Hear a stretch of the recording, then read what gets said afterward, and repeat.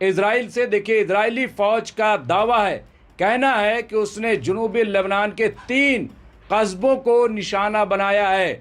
Israeli फ़ौज ने कहा है कि उसकी अफवाज ने जनूबी लेबनान के 3 मुख्तलिफ इलाकों पर हमला किया है। आप देखिए, दूसरी बड़ी इंपॉर्टेंट खबर जो ईरान से आ रही है, इमाम खुमैनी हवाई अड्डे ने तेहरान से कुछ बैनुल अक़वामी परवाज़ें दोबारा शुरू कर दी हैं।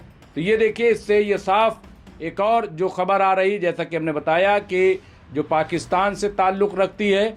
आप सबको पता है कि सैयद अब्बास इराक़ची और दूसरे अफराद जो हैं वो पाकिस्तान पहुंच चुके हैं। अमेरिका का डेलीगेशन आने वाला है। ख़बर ये है कि यकीनन वो ये है कि ये मुलाकातें अमरीकियों के इस्लामाबाद पहुंचने के फ़ौरन बाद होंगी। हालांकि अभी तक ईरान मना कर रहा है कि हम अमेरिका डेलीगेशन से नहीं मुलाकात करेंगे, क्योंकि ईरान ने साफ कहा है कि हम पहले पाकिस्तान के इस्लामाबाद जाएंगे, वहाँ कुछ रिसर्चर से मिलेंगे, इसके बाद हम ओमान जाएंगे और ओमान के बाद हम रूस जाएंगे, ये कहा है। लेकिन अब यहाँ पे जो ख़बर आ रही वो ये कि इस्लामाबाद में पाकिस्तान ईरानी डेलीगेशन और जो अमरीकी डेलीगेशन आ रहा है उनमें मुलाकात होगी। और यहाँ पे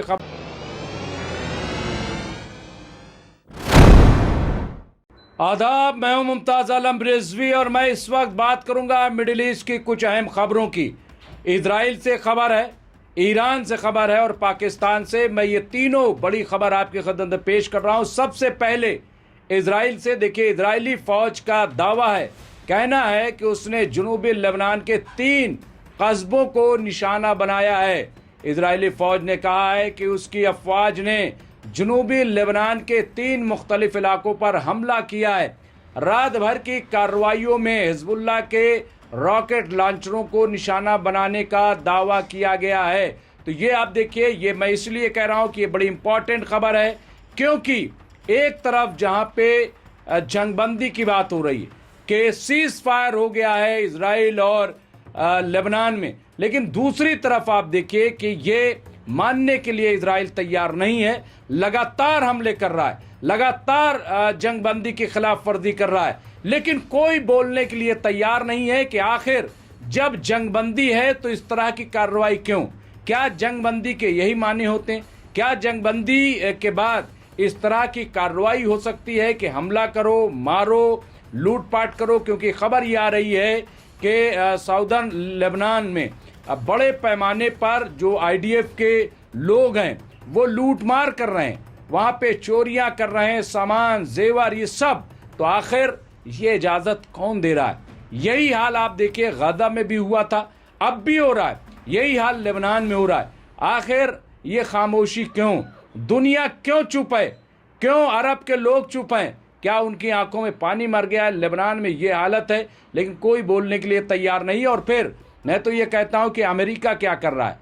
जिसने ये जंगबंदी का ऐलान किया था, क्या उसको नहीं देख रहा है? क्या वो इजराइल पे काबू नहीं कर सकता? क्यों इतना मजबूर हो जाता है इजराइल को लेकर के अमेरिका? लेकिन ये बड़ी खबर थी। आप देखिए, दूसरी बड़ी इंपॉर्टेंट खबर जो ईरान से आ रही है, इमाम खुमैनी हवाई अड्डे ने तेहरान से कुछ बैनुल अक़वामी परवाज़ें दोबारा शुरू कर दी हैं।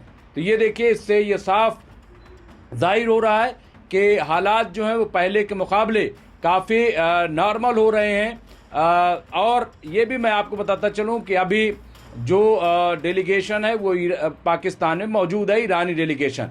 लेकिन यहाँ पे देखिए, मैं बता दूँ, ईरान की नीम सरकारी महर न्यूज़ एजेंसी के रिपोर्ट के मुताबिक तेहरान के इमाम खुमैनी बैनुल अक़वामी हवाई अड्डे ने हफ्ते की सुबह यानी आज सुबह कुछ बैनुल अक़वामी यानी इंटरनेशनल जहाज़ जो है यहाँ पे परवाज़ें दोबारा शुरू कर दी हैं।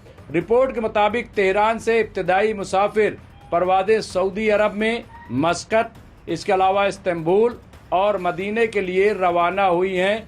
तो ये आप देखिए, यहाँ मशहद हवाई अड्डा जो शुमाल मशरिक में मुल्क के दूसरे शहर की खिदमत करता है, इस हफ्ते के शुरू में दोबारा खुल गया है। तो ये आप देखिए, ये बहुत इम्पॉर्टेंट, बहुत अहम कि किस तरह से अब ईरान की जो सूरत हाल है, और ये उस वक्त है कि जब स्ट्रेट ऑफ होर्मुज़ में अब भी कशीदगी है।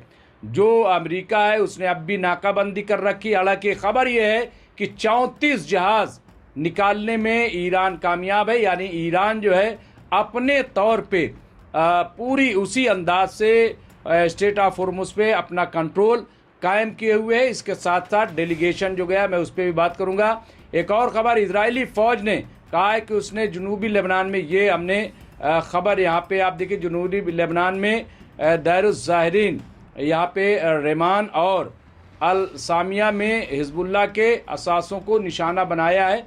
ये यहाँ पे हमने पहले ही बताया था। इसके अलावा एक और जो ख़बर आ रही, जैसा कि हमने बताया कि जो पाकिस्तान से ताल्लुक़ रखती है, आप सबको पता है कि सैयद अब्बास इराक़ची और दूसरे अफराद जो हैं वो पाकिस्तान पहुंच चुके हैं। अमेरिका का डेलीगेशन आने वाला है। ख़बर यह है कि यकीनन हम क्या जानते हैं कि वाइट हाउस ने ऐलान किया है कि खुसूसी एलची यहाँ पे देखिए स्टीव विटकॉफ और जनरल जेरेड कुशनर हफ्ते के रोज़ वाशिंगटन से इस्लामाबाद के लिए रवाना हो गए, ऐसा बताया जा रहा है। इसके अलावा कहा गया कि हम तवक्को करते हैं कि इब्तदाई यहाँ पे मामलात वही होंगे जिसे शटल डिप्लोमेसी कहा जाता है।